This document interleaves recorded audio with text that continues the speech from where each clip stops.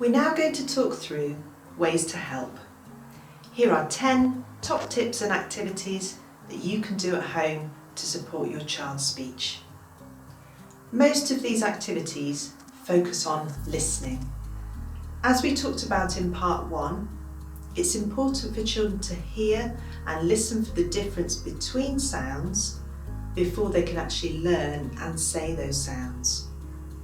Your child might already be aware that speaking clearly is tricky for them, and we don't want to damage their confidence to speak by asking them to repeat or copy words or sounds which they're not yet ready to say. Focusing on listening just takes the pressure off both you and your child. These activities and ideas should be fun and enjoyable for your child.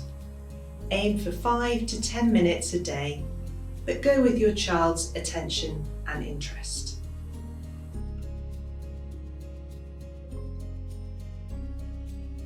This can be really helpful to support that interaction between you and your child and to allow your child to see where sounds are made and how they are produced. Seeing your face will give them lots of visual cues when they are learning these sounds.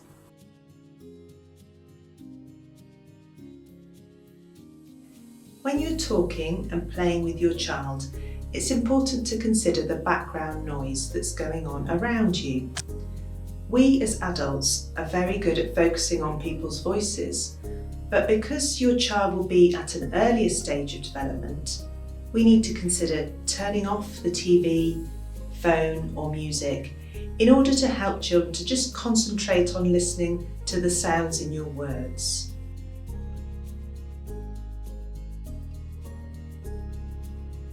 As children get older, it is helpful to stop using the dummy or the bottle in order for them to practice their speech sounds. Children need to learn to move their mouths in different ways to make sounds. The more practice they get, the better their awareness of their mouths and the better their speech will be. Continued use of a dummy or bottle may impact on speech sound development.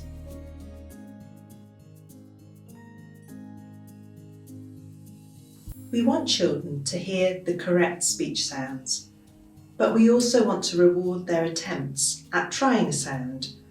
For example, if a child says, "Look, there's a tat," we would say, "Yes, there's a cat, a big cat, the cat's jumping." In modelling it back, we are correcting them, but it's a positive interaction. We're not asking them to repeat a sound or word that they may not yet be ready to say.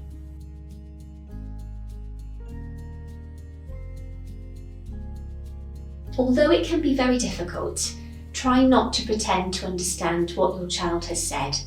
Instead, ask them to show you. You could ask your child to point, or to use a picture, or to draw to show you what they mean.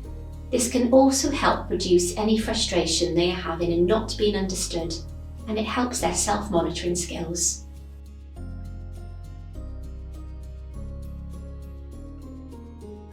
You could go on a listening walk. When you're out and about or at home, talk about what you can hear and the sounds around you.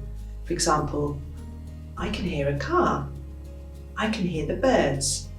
This will really support your child's sound awareness. Play ready, steady, go games. These can be used in so many different ways and based on your child's interests. So if your child likes to push cars, then you could say, "Stop. Ready, steady, go." The idea is for them to listen for that word, go. You might need to play this game a few times to help them understand it. You could play Find the Sound. You might have an alarm on your phone that you can set to go off, and then you can hide it in the room. You might slip it under the sofa cushion or put it on a shelf. Ask your child to wait outside and tell them that you're going to hide your phone. You can then say, "Listen, where is it?" This will help them to listen again. You could use different noisy toys too. You could use fun sounds such as animal or vehicle sounds. For example, woof woof or choo choo. You can do this in play and following your child's interest. It's particularly nice for younger children. Fun sounds are always quite motivating for children.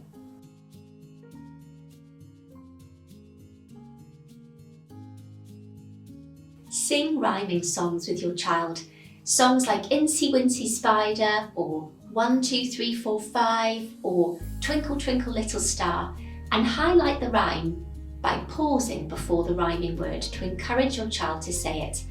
You can use an action too and have some fun. For example, twinkle twinkle little star, how I wonder what you are. Books are also a really fun way to highlight rhyme, and there are lots you can choose from depending on your child's interests. You can use the same strategy of pausing before the rhyming word. For example, there's a shark in the park.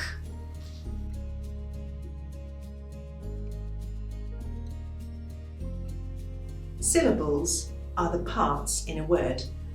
For example, let's take caterpillar, which has 4 syllables. You can clap this out. Caterpillar. This helps to break the word down, and this is especially helpful in longer words which younger children can find tricky to say. A good place to start with syllables is to use names. So have a go at clapping out your child's name or clapping out the syllables for your family members' names. Thinking about rhyme and syllables will help your children's reading and writing skills to develop later on.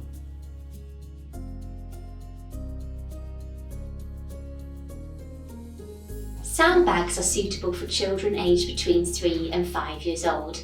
The aim is to raise a child's awareness about sounds. The idea is to take a container, a box or a bag and fill it with items beginning with the same special sound. That special sound may be one that your child's speech and language therapist has advised you to focus on, or it may be one that you've noticed your child is having difficulty with. The aim is to simply model that word for them so they get the chance to hear those sounds used correctly. You could use objects from around the house, or you could use pictures.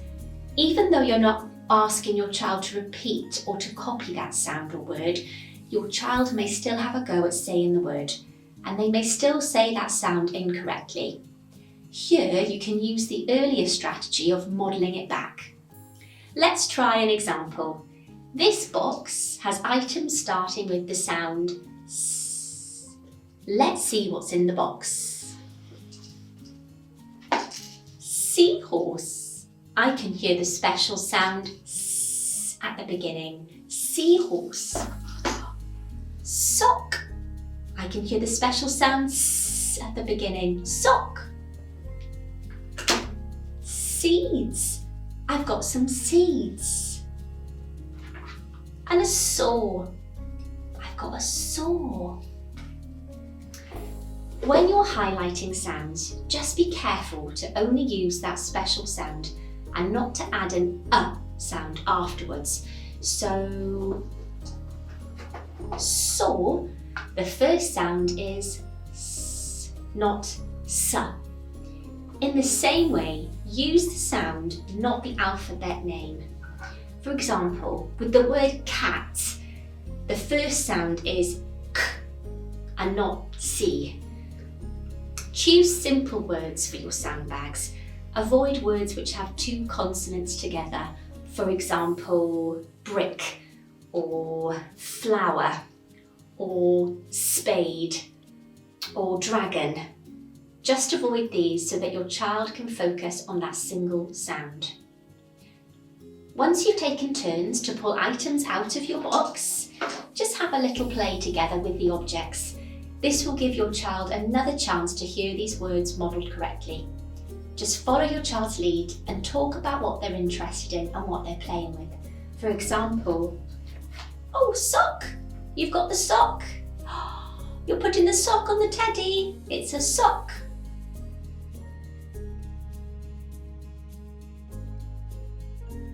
It can be difficult for children to hear sounds clearly when we speak in sentences and in conversations. Using single words can really highlight sounds at the beginning and the ends of words. Sometimes, as children's language develops, it may seem as though their speech is becoming more unclear. This can sometimes happen as children are concentrating so much on what they're saying, finding the right words and putting these into sentences, that they are not able to monitor their sounds and speech as much. So keeping our language simple can be really helpful for children. We can model single words in a variety of ways. Through play, you can use single words to match what your child is doing or what they're interested in. For example, bus, go, fast, up. You could also use picture lotto cards or games, for example, bingo games or snap cards, and these lend themselves quite well to modelling single words. When you turn over the card, you can simply name the single word. Fish. You could also use books. Choose books that your child is interested in and just take it in turns to point out the pictures, using single words to model. For example, cat, fish, mouse. You're not asking your child to copy those words, you're just giving them the chance to hear those sounds used correctly in single words. You could also make a picture or photo book for your child. Use pictures of important people in your child's life or their favourite things. Examples of things you could use might be photos of family members, friends, pets, favourite food, toys, characters, places. You would have one picture on each page, for example, Nanny, Apple, Peppa Pig, or Batman. Just take time to look through the book together on a regular basis, naming the pictures for your child. We hope you found this course helpful. If you have any questions or concerns and live in Bristol, South Gloucestershire or North Somerset, you can find our contact details on the following slide. Thank you.